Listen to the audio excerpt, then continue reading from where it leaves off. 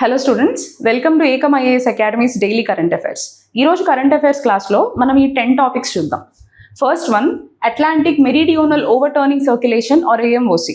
Next one, Chabahar port Iran, Virali Kandhar excavation, Pankhudi portal, SCO or the Shanghai cooperation organisation, Ol Chiki script, project vault, integrated ocean carbon research 2026 report, Gaganyaan astronaut selection, Rupur nuclear plant, Bangladesh. So first, let us start with the AMOC or Atlantic Meridional Overturning Circulation. Asal entidi? It is a large ocean current system in the Atlantic that moves warm water northward and cold dense water southward in a continuous cycle. It is a major part of the global ocean conveyor belt that distributes heat and nutrients across the world's oceans. So ocean currents వినుంటాం కదా. Ocean currents అంటే ఏంటి? ఓషన్లో ఒక continuous movement of sea water, directed and continuous movement of sea water due to the following reasons. Wind, Coriolis effect. Coriolis effect అంటే earth rotation వల్ల northern హెమిస్ఫియర్లో అన్ని రైట్కి అండ్ సదర్న్ హెమిస్ఫియర్లో అన్ని వెస్ట్కి మూవ్ అవుతాయి రొటేటింగ్ ఆబ్జెక్ట్స్. సో దాన్నే కొరియోలిస్ ఎఫెక్ట్ అంటాం. దాంతోపాటు సాలినిటీ డిఫరెన్సెస్, సీ వాటర్లో సాలినిటీ డిఫరెన్సెస్ ఉంటాయి.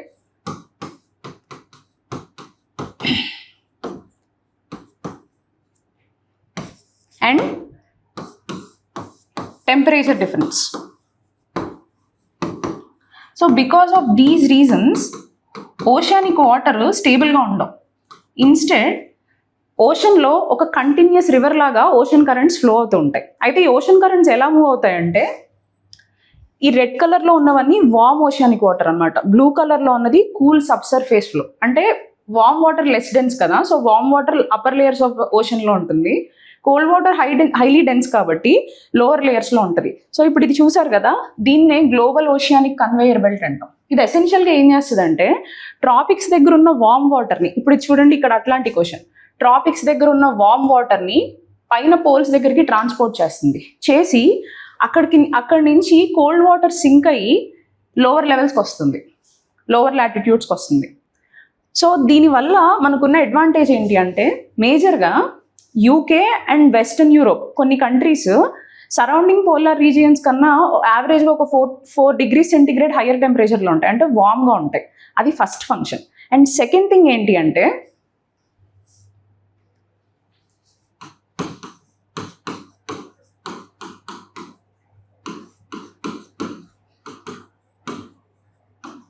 సో UK అండ్ యూరోప్లో కొన్ని, వెస్టర్న్ యూరోప్లో కొన్ని పార్ట్స్ వార్మర్గా ఉంటాయి. అండ్ వీటితో పాటు కార్బన్ సీక్వెస్ట్రేషన్. మనకి తెలుసు కదా, సీ వాటర్ కార్బన్ డైఆక్సైడ్ని అబ్జార్బ్ చేసుకుంటుంది. అయితే ఈ సర్క్యులేషన్ వల్ల ఏమవుతుంది అంటే, టాప్ లెవెల్స్లో ఉన్న కార్బన్ ఏదైతే అబ్జార్బ్ చేసుకుందో సీ, ఈ సర్క్యులేషన్ మనం ఇందాక చూసాం కదా, కోల్డ్ వాటర్ కిందకి సింక్ అవుతుంది. బికాజ్ ఇట్స్ డెన్స్, హై అంటే it's more dense than warm water. So ఇలా సింక్ అవ్వడం వల్ల అప్పర్ లెవెల్స్లో ఉన్న కార్బన్ డీపర్ ఓషన్లోకి వెళ్ళిపోతుంది అనమాట. సో కార్బన్ సీక్వెస్ట్రేషన్కి కూడా హెల్ప్ చేస్తుంది. అండ్ దీంతో పాటు న్యూట్రియంట్ రీసైక్లింగ్. ఇలా వాటర్ని మిక్స్ చేయడం వల్ల న్యూట్రియంట్స్ని అప్పర్ లేయర్స్లో అవైలబుల్ అయ్యేలా చేస్తుంది అనమాట. సో ఈ AMOC సర్వ్ చేసే మెయిన్ ఫంక్షన్స్ ఇవి. ఇప్పుడు న్యూస్ ఏంటి అంటే, ఈ AMOC వీకెన్ అయిపోతుంది, అంటే ఆ ఫ్లో వీకెన్ అయిపోతుంది because of global warming. So ఇలా వీకెన్ అయిపోవడమే కాదు, ఇది పూర్తిగా షట్ డౌన్ ఆర్ కొలాప్స్ అయిపోవచ్చు ఫ్యూచర్లో అనేది ఎస్టిమేషన్. ఇలా జరిగితే ఏమవుతుంది అంటే, గ్లోబల్ క్లైమేట్కి లాంగ్ లాస్టింగ్ ఇంపాక్ట్ ఉండొచ్చు. సో అది కన్సర్న్. అందుకనే ఇప్పుడు AMOC న్యూస్లో ఉంది. సో మీకు యూజువల్గా ఒకవేళ ఎగ్జామ్లో దీని గురించి క్వశ్చన్స్ వస్తే, it is more about what is AMOC, what are the reasons driving the AMOC, అంటే ఏ రీజన్స్ వల్ల AMOC వచ్చింది, AMOC వల్ల ఇప్పుడు ఉన్న బెనిఫిట్స్ ఏంటి, AMOC వీకెన్ అయితే దానివల్ల ఉన్న డిసడ్వాంటేజెస్ ఏంటి. ఎగ్జామ్లో యూజువల్గా ఈ డైమెన్షన్స్లో క్వశ్చన్స్ రావచ్చు మీకు. So next topic, Chabahar port Iran. So as US sanctions waiver, India is recalibrating its strategy at Iran's Chabahar port, weighing options that could include a temporary exit without abandoning its long-term ambitions. So Chabahar port. ఈ Chabahar port మనకి west ఏషియాలో ఉంది. And India నుంచి మనకి ఇరాన్కి access ఇచ్చే one of the nearest ports అనమాట. And open సీలో ఉంటుంది, అంటే land mass దేని యాక్సెస్ చేయక్కర్లా, డైరెక్ట్ సీ రూట్లో వెళ్ళి యాక్సెస్ చేయొచ్చు ఆ పోర్ట్ని.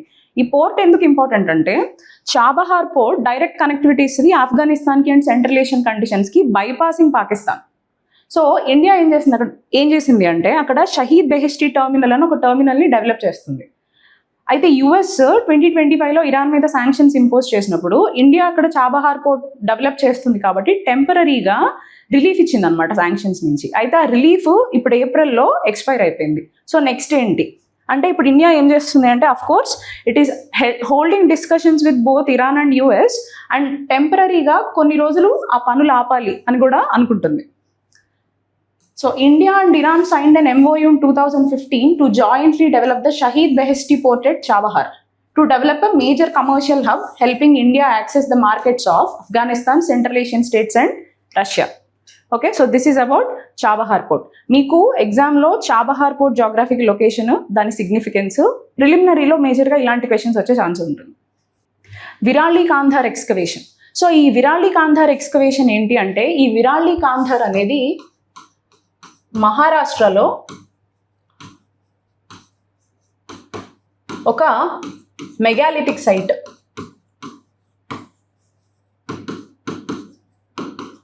మెగాలిథిక్ సైట్ అంటే మనకి pre history or proto history, అంటే మనకి పేలియోలిథిక్, నియోలిథిక్ ఈ ఏజెస్ ఉంటాయి కదా. దీని తర్వాత ఇండియాలో బాగా రికార్డ్ అయిన ఏజ్ ఏదైనా ఉందంటే మెగాలిథిక్ ఏజ్. సో ఈ మెగాలిథిక్ ఏజ్ నేమ్ చూడండి, మెగాలిథిక్ అంటే బిగ్ స్టోన్స్ అని. సో ఏంటి అంటే ఈ ఏజ్ సిగ్నిఫికెన్స్, ఇందులో ఐదర్ కమ్మమరేషన్ అంటే జ్ఞాపకంగా కానీ, లేకపోతే యాజ్ టూమ్ స్టోన్స్ అంటే ఎవరైనా చనిపోయినందుకు వాళ్ళ జ్ఞాపకార్థంగా కానీ స్టోన్స్ని ఎరెక్ట్ చేసేవారు డిఫరెంట్ ఫార్మేషన్స్లో. అందులో మెన్హిర్ అంటే మనకి ఒక స్టోన్ని టాల్గా ఎరెక్ట్ చేయడం, డాల్మెనాయిడ్ సిస్ట్ ఆర్ డాల్మెన్ అంటే వర్టికల్గా రాక్స్ని అరేంజ్ చేసి దాని మీద ఒక హారిజాంటల్ స్లాబ్ పెట్టి ఒక కేవ్ లాగా క్రియేట్ చేయడం. అలాగే టాపికల్ ఇది కూడా అంతే, ఒక మష్రూమ్ లాంటి రాక్ పెట్టి దాని మీద horizontal rock. Next stone alignment, స్టోన్స్ని వరుసగా నించోబెట్టడం. ఎర్న్ బరియల్ ఈ సమ్వాట్ అండర్ గ్రౌండ్ రాక్స్ అనమాట. And porthole cist. So porthole సిస్ట్లో ఏంటి అంటే చుట్టూ రాక్స్ని పెట్టి మిడిల్లో ఒక బిగ్గర్ రాక్ ఉంటుంది. అయితే ఈ విరాలి కాంధార్ ఎక్స్కవేషన్ ఎందుకు ఇంపార్టెంట్ అంటే మహారాష్ట్రలో ఈ విరాలి కాంధార్ చుట్టూ అదర్ మెగాలిథిక్ సైట్స్ కూడా ఉన్నాయి. అయితే ఆ మెగాలిథిక్ సైట్స్తో కంపేర్ చేస్తే ఇందులో ఒక ప్యాటర్న్ ఆఫ్ మెగాలిథిక్ స్ట్రక్చర్సే కాకుండా మిక్స్డ్ ఉన్నాయన్నమాట. అందుకు ఈ Virali Kandhar excavation in Maharashtra important. Next Pankhudi portal. It is a single online platform to manage CSR and partnerships. CSR అంటే కార్పొరేట్ సోషల్ రెస్పాన్సిబిలిటీ. ఏంటి సిఎస్ఆర్? సో సిఎస్ఆర్ అంటే it applies to every company including foreign companies holding a branch or project office in India. బేసిక్గా ఏవైతే corporate companies ఉన్నాయో వాళ్ళకి social రెస్పాన్సిబిలిటీని legalise చేశారనమాట through section 135 in the companies act. Legalise చేయడం అంటే ఏంటి? ఏదైనా కంపెనీ, కార్పొరేట్ కంపెనీ, దాని net worth more than or equal to 500 crores ఉన్నా, దాని turnover more than or equal to 1000 crores ఉన్నా, దాని net profit more than or equal to 5 crores ఉన్నా, ఏ ఫైనాన్షియల్ ఇయర్లో వీళ్ళు వాళ్ళ ప్రాఫిట్స్లో at least 2% of their average net profits earned during the 3 immediate preceding financial years ఇవి social activities కోసం ఖర్చు పెట్టాలి. అంటే ఎడ్యుకేషన్ కానీ, హెల్త్ కానీ, లేకపోతే రెన్యూబుల్ ఎనర్జీ కానీ ఇలాంటి వాటి కోసం స్పెండ్ చేయాలన్నమాట కంపల్సరీగా. సో ఈ పాంఖుడి పోర్టల్ ఏంటి అంటే ఈ సిఎస్ఆర్ అండ్ పార్ట్నర్షిప్స్ని మేనేజ్ చేయడానికి ఒక portal. It connects individuals, NRIs, NGOs, companies and government agencies in one place, and it helps organize support in areas like nutrition, health, early education, child welfare, etc. And it improves coordination, transparency and teamwork for women and child development. Basically ఏంటి అంటే ఈ ఎవరెవరైతే stake holders ఉన్నారో ఈ corporate social responsibility యాక్టివిటీస్లో వాళ్ళందరినీ coordinate చేయడానికి ఈ పాంఖుడి platform. Now let's move on to our next topic, that is SCO, Shanghai Cooperation Organization. Let us first look at what Shanghai Cooperation Organization is. So ఇది ఒక Eurasian political, economic and security organisation. ఇది 2001లో form చేశారు. దీనికి 6 founding members. ఎవరెవరంటే China, Russia, Kazakhstan, Kyrgyzstan, Tajikistan and Uzbekistan. India and Pakistan 2015లో SCO membership వచ్చిందనమాట. 2023లో ఇరాన్ జాయిన్ అయితే 2024లో బెలరూస్ జాయిన్ అయింది. సో ఇప్పుడు టోటల్గా SCOలో 10 మెంబర్స్ ఉన్నారు. ఈ SCOకి ఒక సపరేట్ స్పెషల్ బాడీ ఉంది for fighting terrorism called RATS or regional anti terrorist structure. So ఇదేంటి అంటే this is responsible for coordinating efforts among member countries to combat terrorism, separatism and extremism. It is headquartered in Tashkent, Uzbekistan. So ఇప్పుడు SCO న్యూస్లో ఎందుకుంది అంటే రీసెంట్గా defence minister Rajnath Singh defence minister meeting attend అవ్వడానికి Bishkek వెళ్ళారు. కిర్గిస్థాన్లో ఉన్న Bishkek. అందుకని SCO న్యూస్లో ఉంది. Next Ol Chiki script. So president of India inaugurated the centenary celebrations of the Ol Chiki script. So ఈ ఓల్డ్ చీకీ స్క్రిప్ట్ ఏంటి అంటే సంతాలీ లాంగ్వేజ్కి ఉన్న స్క్రిప్ట్ అనమాట. సంతాలీ అనేది ఒక tribal language. It belongs to Austro Asiatic language family. ఇండియాలో డిఫరెంట్ లాంగ్వేజ్ ఫ్యామిలీస్ ఉంటాయి అన్నమాట. లైక్ ద్రవిడియన్, సైనో టిబెటన్ ఇలాంటి లాంగ్వేజ్ ఫ్యామిలీస్ ఉంటాయి. ఇందులో ఆస్ట్రో ఏషియాటిక్ ఫ్యామిలీ ఒకటి. ఈ ఫ్యామిలీలో ఉండేదే సంతల్ లాంగ్వేజ్. సో ఇది మేజర్గా ఏ స్టేట్స్లో మాట్లాడతారు అంటే Jharkhand, Odisha, west Bengal, Assam, Bihar and near by regions. ఇది ఒక ట్రైబల్ లాంగ్వేజ్. దీన్ని 8th షెడ్యూల్లో కూడా యాడ్ చేశారు, 8th షెడ్యూల్ ఆఫ్ ద కాన్స్టిట్యూషన్లో. సో 8th షెడ్యూల్ అంటే ఏదైనా ఒక లాంగ్వేజ్ని 8th షెడ్యూల్లో యాడ్ చేసామంటే దానికి నేషనల్ ఇంపార్టెన్స్ ఇచ్చినట్టు. అంటే ఇప్పుడు మీరు UPSC లాంటి ఎగ్జామ్స్ రాసినప్పుడు సంతాలీ మీడియం కింద చూస్ చేసుకోవచ్చు because it is added in the 8th schedule. And Sahitya Akademi అవార్డ్స్లో కూడా ఒక కేటగిరీ ఆఫ్ అవార్డ్ని సంతాలీకి ఇవ్వచ్చు because it is there in the 8th schedule. So ఈ సంతాలీ ఒకప్పుడు ఓన్లీ ఓరల్ ట్రాన్స్ఫర్ అనమాట. అంటే లాంగ్వేజ్కి స్క్రిప్ట్ లేదు, చూసి రాసుకుని నేర్చుకోవడానికి స్క్రిప్ట్ లేదు. దానికి కనిపెట్టిన స్క్రిప్టే ఓల్డ్ చీకీ స్క్రిప్ట్. ఈ ఓల్డ్ చీకీ స్క్రిప్ట్ని ఎవరు డెవలప్ చేశారంటే 1925లో రఘునాథ్ ముర్ము డెవలప్ చేశారు.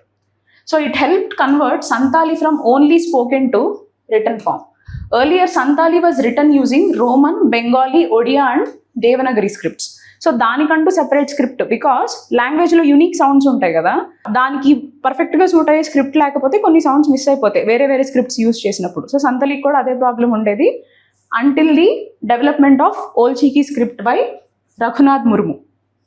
అందుకనే ఇప్పుడు అది సెంటినరీ సెలబ్రేషన్స్ అంటే ఆ స్క్రిప్ట్ డెవలప్ అయ్యి 100 years అయింది కాబట్టి దాని సెంటినరీ సెలబ్రేషన్స్ జరుగుతున్నాయి. అందుకని ఓల్డ్ చీకీ స్క్రిప్ట్ న్యూస్లో ఉంది. Next Tamil Brahmi script. It is an early form of writing used for ancient Tamil language. So ancient తమిళ్ని రాయడానికి యూజ్ చేసిన స్క్రిప్ట్ని తమిళ్ బ్రాహ్మీ స్క్రిప్ట్ అంటాం. It was used between 300 BC and 100 AD for inscriptions and trade records. And it was found recently in the Valley of Kings showing India-Egypt trade links. ఈ Valley of the Kings అనేది royal tombs in Egypt అనమాట. So ఈ royal tombs in ఈజిప్ట్లో రీసెంట్గా ఈ బ్రాహ్మీ లాంగ్వేజ్లో ఉన్న కొన్ని writings దొరికాయి. సో ఏంటి సిగ్నిఫికెన్స్ అంటే మనకి ఇండియాకి ఈజిప్ట్కి ఉన్న రిలేషన్షిప్స్ని సిగ్నిఫికెంట్గా చూపించింది presence of this Tamil Brahmi script in valley of the Kings. అయితే ఈ తమిళ్ బ్రాహ్మీ స్క్రిప్ట్కి సిగ్నిఫికెన్స్ ఏంటి అంటే తిరుక్కురల్. ఏన్షియంట్ హిస్టరీలో చూస్తాం మనం, సెయింట్ తిరువళ్ళువారు రాశారు. ఈ తిరుక్కురల్ అనే బుక్ కూడా ఈ తమిళ్ బ్రాహ్మీ స్క్రిప్ట్లోనే రాశారు. అయితే ఇప్పుడు ఆ వ్యాలీ ఆఫ్ కింగ్స్లో దొరికిన రైటింగ్స్లో సికాయ్, కొర్రన్, కోపన్, కాటన్, కిరణ్ ఇలాంటి వర్డ్స్ దొరికాయి అనమాట. ఈ కొర్రన్ అనే వర్డ్ యాక్చువల్గా సంగం లిటరేచర్లో కూడా ఉంది, వేర్ చేరా కింగ్ని డైరెక్ట్గా కొర్రన్ అని అడ్రస్ చేసేవారు. కొర్రన్ అంటే క్రౌన్ లీడర్, కింగ్. అంటే ఆ టైంలో ఇండియాకి ఈజిప్ట్కి స్ట్రాంగ్ రిలేషన్షిప్స్ ఉన్నాయి, లేదంటే ఇండియన్ కల్చర్ ప్రెజెన్స్ ఉంది ఈజిప్ట్లో అని ఎస్టాబ్లిష్ చేస్తుంది అనమాట presence of these words. Next project vault. ఇంతకుముందు చూసుంటే మనం ఇండియా క్రిటికల్ మినరల్స్ సప్లైని ఎన్హాన్స్ చేసుకోవడానికి నేషనల్ క్రిటికల్ మినరల్ మిషన్ ఇలాంటివన్నీ లాంచ్ చేస్తుంది. క్రిటికల్ మినరల్స్ అంటే ఏంటి? These are important for industries like semiconductors, electronics, renewable energy, వీటికి ఇంపార్టెంట్. సో యుఎస్ కూడా తన ఎలక్ట్రానిక్స్ ఇండస్ట్రీస్కి క్రిటికల్ మినరల్ సప్లై సఫిషియెంట్గా ఉండాలి అన్న ఉద్దేశంతో లాంచ్ చేసిందే ఈ project vault. It is a public private partnership design to create a US strategic critical mineral reserve. Its goal is to protect manufacturers such as those in the auto, electronics and defense sectors from global supply shocks and price volatility. It stockpiles essential raw materials like lithium, cobalt, graphite and rare earth elements. So ఏం చేస్తుందంటే ఒక stock pile develop చేస్తుంది అనమాట. ఏవైతే ఈ critical minerals ఉన్నాయో వాటన్నిటికీ ఒక స్టాక్ పైల్ డెవలప్ చేసి ఒకవేళ రేపు మళ్ళీ ఏమైనా ఈవెంట్స్ జరిగి సప్లైలో కనుక ఇబ్బందులు వస్తాయి, సప్లై కనుక డిస్రప్ట్ అయితే ఆ డిస్రప్షన్ టైంలో రిజర్వ్స్ యూస్ చేసుకునేలాగా, సో దట్ ఇండస్ట్రీ దెబ్బతినకుండా. అదే project vault by United States. Next, integrated ocean carbon research 2026 report.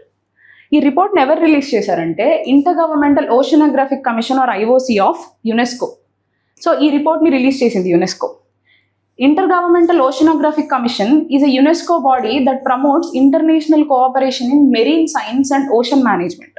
Marine science and ocean మేనేజ్మెంట్లో రీసెర్చ్ని ప్రమోట్ చేస్తుంది ఈ inter governmental oceanographic commission.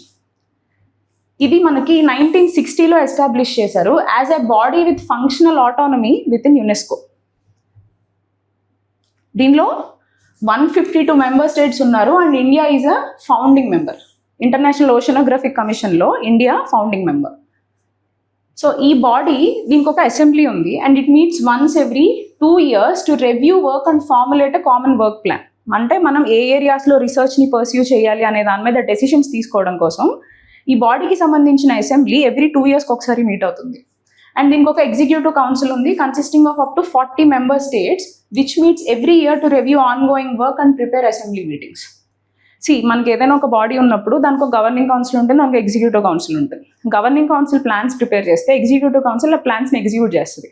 So ఇక్కడ కూడా ఎగ్జిక్యూటివ్ కౌన్సిల్ ఉంది. వీళ్ళు 40 మెంబర్ స్టేట్స్ కలిపి ఒక ఎగ్జిక్యూటివ్ కౌన్సిల్ అనమాట.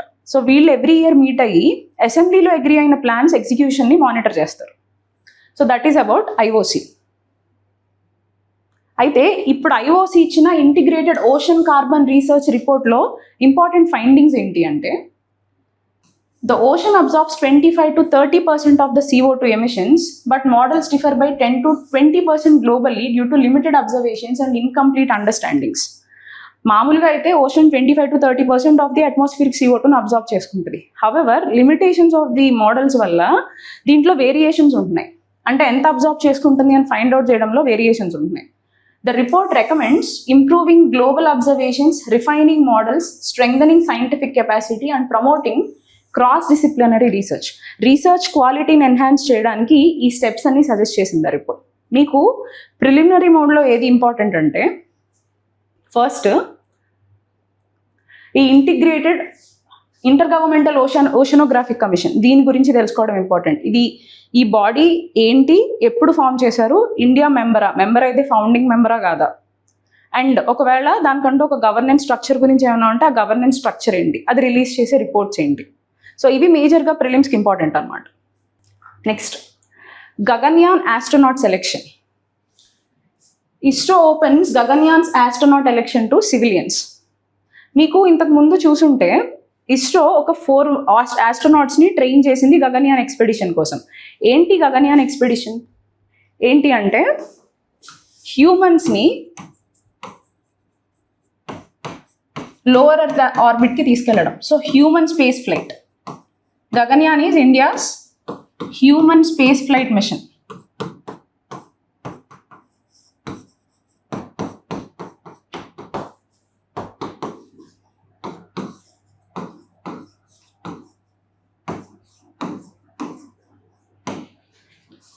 సో ఇంతకు ముందు మీకు గుర్తుంటే 4 ఆస్ట్రోనాట్స్ని ఆల్రెడీ సెలెక్ట్ చేసి దీనికోసం ట్రైన్ చేశారు. The first batch of astronauts for India's Gaganyaan mission includes 4 Indian Air Force test pilots. Group Captain Prashant Balakrishnan Nair, Group Captain Ajit Krishnan, Group Captain Angad Pratap and Wing Commander Shubhanshu Shukla. These designated Gaganyatris were officially introduced by PM on February 27, 2024 at the Vikram Sarabhai Space Center. అయితే వీళ్ళందరూ ఏంటి Indian air force pilots, IAF pilots. So ఇప్పుడు what ISRO is doing is సివిలియన్స్కి chance ఇస్తుంది. సివిలియన్స్ అంటే అందరికీ కాదు, ఎవరికైతే స్టెమ్ బ్యాక్గ్రౌండ్ ఉందో. స్టెమ్ బ్యాక్గ్రౌండ్ అంటే science, technology, engineering and mathematics. ఈ బ్యాక్గ్రౌండ్లో ఉన్న సివిలియన్స్ ఎవరైనా ఉంటే ఆ civilians and military personnel. So ఇప్పుడు వీళ్ళకి ఛాన్స్ ఇస్తుంది అనమాట. New batch includes civilians from STEM background along with military personnel. STEM backgrounds ISRO is considering a team of around 10 astronauts, including 6 military pilots and 4 civilian specialists, to create a more diverse and skilled astronaut corps. So టోటల్గా 10 ఆస్ట్రోనాట్స్ని select చేస్తారు. 6 members military నుంచి అయితే 4 members civilians నుంచి. Goal is to build a divorce long term human space flight team. So ISRO ఇప్పుడు వీళ్ళని select చేయడం కోసం ఒక టీమ్ని ఫామ్ చేసింది, వాళ్ళని సెలెక్ట్ చేసి ట్రైన్ చేసి ఎవాల్యుయేట్ చేయడానికి. Okay, so this is about this news. And our last topic is Rooppur nuclear power plant, Bangladesh. Bangladesh has begun uranium fuel loading at Rupur Unit 1, the final step before power generation. So బంగ్లాదేశ్లో civilian uses కోసం nuclear power ప్లాంట్ని establish చేస్తున్నారు. దాని పేరే Rooppur nuclear power plant. It's historic step that brings Bangladesh closer to becoming the 33rd country to produce nuclear power. అంటే ఇప్పుడున్న వరల్డ్లో Bangladesh becomes the 33rd country to produce nuclear power. The project has received major technical and financial support from Russia through Rosatom. Russia's Rosatom programలో Russia support చేసింది బంగ్లాదేశ్ని ఈ nuclear power plant establish చేయడానికి. Total capacity ఎంత అంటే 2400 megawatts, 2 units of 1200 megawatts each. And once fully operational, the plant is expected to meet around 10 to 12% of Bangladesh's total electricity demand.